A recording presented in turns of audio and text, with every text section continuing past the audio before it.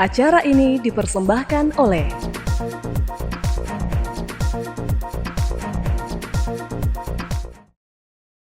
Halo pemirsa Unhas TV, senang sekali saya Zara Sabito Suceng dapat kembali menjumpai Anda dalam Unhas Daily. Dalam beberapa menit ke depan kami akan menyajikan berita-berita teraktual hanya untuk Anda.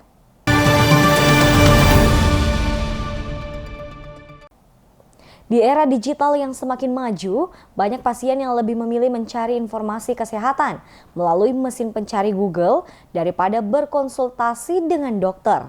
Namun apakah informasi dari mesin bisa menggantikan nilai dari perawatan medis yang melibatkan interaksi langsung antara pasien dan dokter? Berikut informasinya untuk Anda. Di tengah kemajuan teknologi dan kecanggihan informasi yang dapat diakses dengan mudah melalui internet, fenomena pasien yang lebih mempercayai hasil pencarian Google daripada konsultasi dengan dokter semakin mencuat. Dengan hanya mengetikkan beberapa kata kunci, pasien bisa mendapatkan berbagai informasi seputar gejala, penyakit, hingga pengobatan. Tidak bisa dipungkiri bahwa internet dan teknologi menjadi alat bantu yang sangat berguna. Banyak pasien yang kini menggunakan Google untuk mencari informasi awal mengenai gejala atau kondisi kesehatan mereka sebelum akhirnya menemui dokter untuk mendapatkan penjelasan yang lebih lengkap. Bahkan, beberapa aplikasi kesehatan kini semakin populer membantu pasien memantau kondisi mereka sendiri. Menurut Direktur Rumah Sakit Primaya Hertasnin Dr. Oki Yansi Mars, meski teknologi seperti artificial intelligence bisa membantu, namun human touch atau sentuhan langsung dan pendekatan personal tetap menjadi faktor kunci dalam proses diagnosis dan perawatan yang efektif. Dengan penjelasan yang baik oleh dokternya, masyarakat atau pasien pun akan lebih paham dan lebih rasakan hal yang berbeda dibandingkan dia mencari sendiri. Mungkin ada hal-hal tertentu yang tidak bisa diberikan oleh informasi internet itu, meskipun dengan AI juga ya, karena kita masih melihat bahwa human touch atau personal interpersonal care itu masih menjadi hal yang sangat penting. Ketika dokternya itu mulai menggali riwayat penyakitnya sampai menegakkan diagnosa, itu akan sangat berbeda ketika dia cuma mencari sendiri gitu. Jadi hal ini akan menjadi nilai yang berbeda ketika mau dibandingkan antara AI, dia mencari di AI ataupun di internet dibandingkan dengan dokter. Karena dokter lagi-lagi itu adalah art atau seni. Setiap dokter akan berbeda, tetapi personal care-nya itu akan menjadi pembeda antara hubungan antar manusia dibandingkan dengan mesin.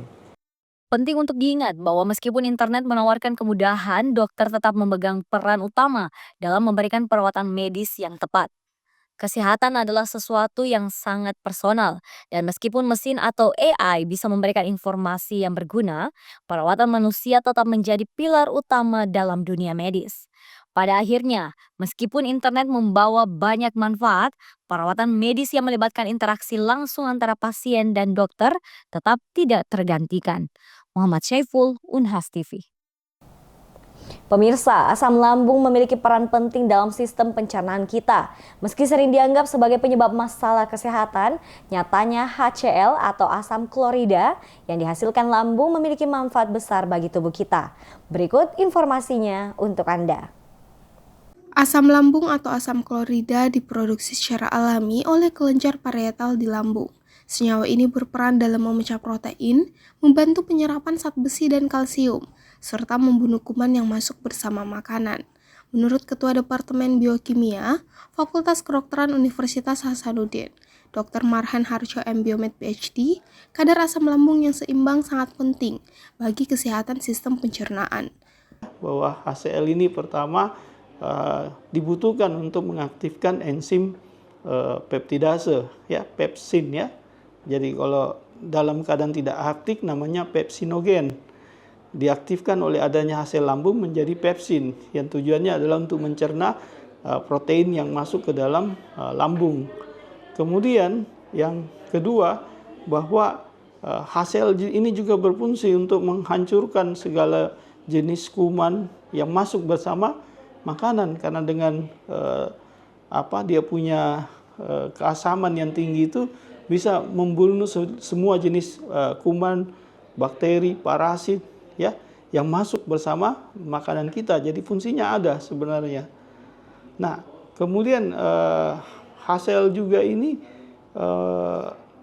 dalam jumlah tertentu itu merupakan sebuah mekanisme pertahanan. Ya, saya katakan tadi dari kuman dan juga dari hal yang lain. Meskipun asam lambung memiliki banyak manfaat, kadarnya harus terjaga dengan baik, karena jika produksinya berlebihan, dapat menimbulkan masalah seperti GERD, MAH, dan iritasi pada lapisan lambung. Untuk itu, Dr. Marhen menegaskan, untuk mengonsumsi makanan bergizi, menjaga pola makan teratur, dan menghindari stres berlebihan dapat membantu menjaga kadar asam lambung tetap stabil. Feni Septiani Samuel, Unhas TV. Pemirsa, leukemia merupakan jenis kanker yang paling sering terjadi pada anak-anak. Kasus ini menduduki peringkat tertinggi di antara kanker anak dan seringkali terjadi tanpa penyebab yang jelas. Lalu, apa saja tanda-tanda yang harus diwaspadai? Ini informasinya untuk Anda. Kanker pada anak merupakan masalah kesehatan yang serius dan seringkali terjadi tanpa penyebab yang jelas. Leukemia menjadi salah satu jenis kanker paling umum pada anak dan dapat menyerang sejak dini. Deteksi dini memiliki peran krusial dalam menentukan hasil pengobatan dan peluang kesembuhan anak yang terdiagnosis leukemia. Namun, gejala awal yang muncul masih sering diabaikan. Dokter konsultan hematologi onkologi anak, Dr. Nadira Rashid, spesialis anak konsultan MKes, menjelaskan jika ada beberapa gejala awal leukemia yang sering muncul pada anak, namun kerap diabaikan oleh orang tua. Di mana gejala leukemia biasanya diawali dengan penampilan anak yang tampak lebih pucat, khususnya pada wajah, kelopak mata, bibir, dan telapak tangan. Selain itu, anak yang sering mengalami demam tanpa penyebab yang jelas juga perlu diwaspadai. Gejala lain yang sering ditemukan adalah adanya manifestasi pendarahan, bintik-bintik merah pada kulit, mimisan berulang, hingga memar tanpa sebab yang jelas merupakan tanda-tanda yang harus diperhatikan. Dalam kasus yang lebih parah, anak bisa mengalami muntah darah atau pembengkakan di leher dan perut. Gejala-gejala awal dari leukemia itu kita bisa lihat anaknya pucat. Ya. Jadi pucat itu bisa dilihat di wajah, di kelopak mata, di bibir, di telapak tangan. Jadi kita bisa bandingkan telapak tangan kita dengan telapak tangan anak. Ya, ibunya misalnya bandingkan dengan anaknya. Satu, yang kedua adalah sering-sering demam. Ya, daya tahan tubuhnya jadi rendah. Anak sering-sering demam tanpa penyebab yang jelas, ya, lebih dari 2 minggu. Kemudian yang ketiga adalah ditemukan ada manifestasi perdarahan. Ya, jadi di bagian tubuhnya itu muncul misalnya bintik-bintik merah, ada perdarahan di mata, kemudian ada mimisan, gusi berdarah di kulitnya, ada lebam-lebam, bahkan bisa sampai muntah darah, berdarah. Gejala-gejalanya. Jadi kalau ditemukan ada 3 gejala ini, ada pucat, kemudian ada riwayat sering-sering demam, dan ditemukan manifestasi perdarahan, tambah lagi dengan ada benjolan-benjolan seperti ada pembengkakan di leher atau perutnya bengkak, ada pembesaran hati dan limpe, itu gejala-gejala dari leukemia. Menurut Dr. Nadira, kasus leukemia pada anak cukup banyak ditemukan di Indonesia, termasuk di Rumah Sakit Wahidin Makassar yang menerima 8 hingga 10 kasus baru. Karena itu, orang tua perlu lebih waspada terhadap tanda-tanda awal leukemia agar pengobatan dapat dilakukan secepat mungkin dan meningkatkan peluang kesembuhan. Andi Putunajwa, Unhas TV. Berdasarkan Peraturan Menteri Pertanian Nomor 14 Tahun 2017 tentang klasifikasi obat hewan, penggunaan antibiotik growth promoter atau AGP pada unggas sudah dilarang karena efek yang ditimbulkan berbahaya bagi kesehatan manusia.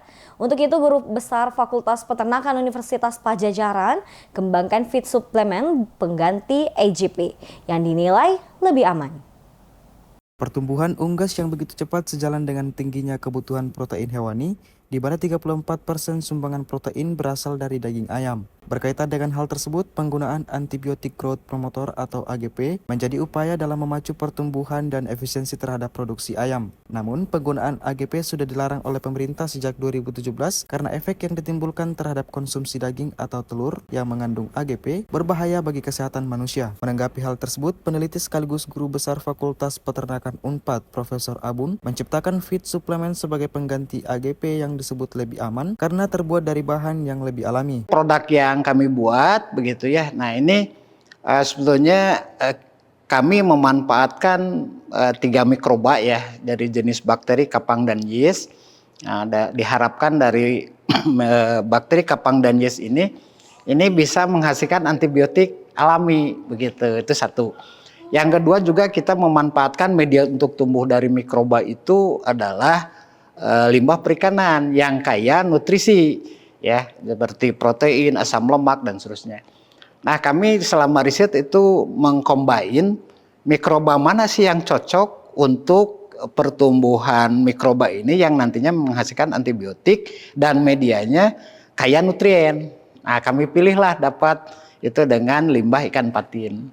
Begitu. Jadi limbah ikan patin inilah yang menjadi basic dari atau bahan dasar untuk pembuatan feed suplemen pakan unggas begitu.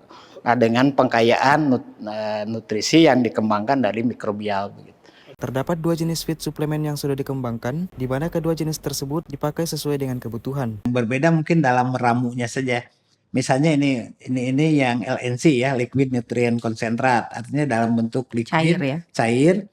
Ini karena masyarakat di kita peternak itu kan ada yang memang fanatik memberikan probiotik itu ke air, ada yang memang fanatiknya ke pakan. Kalau itu kita berikannya ke pakan begitu. Oh, jadi ini yang bentuknya lebih padat ya, powder nanti di dalamnya. Tapi kandungannya sama, Prof? Kandungannya sama begitu. Cuma kalau yang ini lebih konsentrasinya lebih rendah, kalau itu lebih tinggi karena sudah bentuk powder begitu. Sehingga ini dan itu secara nutrisinya sama, tapi yang berbeda itu konsentrasinya. Feed suplemen ini bermanfaat untuk memacu pertumbuhan, meningkatkan efisiensi pakan, serta memperbaiki produksi dan kualitas telur dan daging ayam. Tim Liputan Divia Unpad TV melaporkan untuk Unhas TV.